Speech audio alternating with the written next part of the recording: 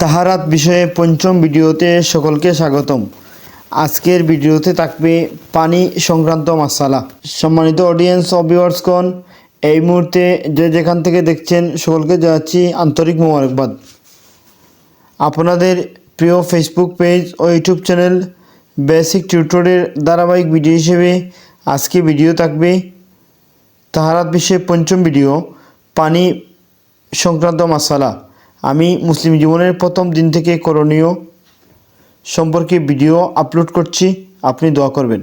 পানি সংক্রান্ত মাসালা যে পানি দ্বারা পবিত্রতা অর্জন করা বৈধ। পবিত্রতা অর্জনের জন্য ওই পানির প্রয়োজন যে পানি নিজে পবিত্র এবং অন্যকে পবিত্র করতে সক্ষম। উল্লেখ্য যে পানি তিন প্রকার, যথা 1 ক তাহুর, অর্থাৎ যে পানি নিজে পবিত্র এবং অন্যকে পবিত্র করতে সক্ষম, অর্থাৎ যে পানির রং, স্বাদ, গন্ধ কিছুই পরিবর্তন হয়নি, যেমন বৃষ্টির পানি, নদীর পানি, সাগরের পানি, বরফের পানি, কূপের পানি, ঝর্ণার পানি, নলকূপের পানি ইত্যাদি। কেবলমাত্র এই প্রকার পানি দ্বারাই পবিত্রতা অর্জন করা সম্ভব। আল্লাহ রাব্বুল আলামিন সূরা আনফালের মধ্যে বলেন, وَيُنَزِّلُ عَلَيْكُم مِّنَ السَّمَاءِ مَاءً لِيُطَهِّرَكُم بِهِ, আর আকাশ হতে তোমাদের ওপর বৃষ্টি বর্ষণ করেন আর এর মাধ্যমে তিনি তোমাদের পবিত্র করেন। তিনি অন্যতম বলেছেন, وَأَنزَلْنَا مِنَ السَّمَاءِ مَاءً طَهُورًا, আর আমি আকাশ থেকে পানি বর্ষণ করেছি। হাদিসের মধ্যে এসেছে, আন আবি হুরায়রা قال سأل رجل النبي صلى الله عليه وسلم فقال يا رسول الله إنا نركب البحر ونحمل معنا القليل من الماء فإن توضؤنا به أفنتوضأ بماء البحر؟ فقال رسول الله صلى الله عليه وسلم هو الطهور ماؤه الحل ميتته। আবু হুরায়রা রাদিয়াল্লাহু থেকে বর্ণিত, তিনি বলেন, এক ব্যক্তি রাসূলুল্লাহ সাল্লাল্লাহু আলাইহি ওয়াসাল্লামকে জিজ্ঞেস করলেন, আল্লাহ রাসূল সাল্লাল্লাহু আলাইহি ওয়াসাল্লাম, আমরা সমুদ্রে নৌকা আরোহণ করেছি এবং আমরা সঙ্গে অল্প পানি নিয়েছি।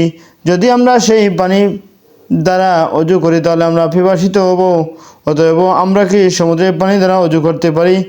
রাসূলুল্লাহ সাল্লাল্লাহু আলাইহি ওয়াসাল্লাম বললেন, তার সমুদ্রের পানি পবিত্র এবং তার মধ্যেকার মৃত হালাল, খ তাহের, অর্থাৎ যে পানি নিজে পবিত্র কিন্তু অন্যকে পবিত্র করতে পারে না, যেমন পেপসি, ফলের জুস, দুধ মিশ্রিত পানি ইত্যাদি।